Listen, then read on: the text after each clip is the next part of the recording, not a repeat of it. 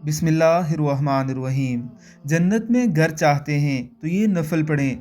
सैयदा उम्मे Habiba रवायत करती हैं कि रसूलुल्लाह सल्लल्लाहु अलैहि वसल्लम ने फरमाया, जो शख्स दिन रात में 12 रकत अदा करे उसके लिए जन्नत में एक घर बनाया जाएगा।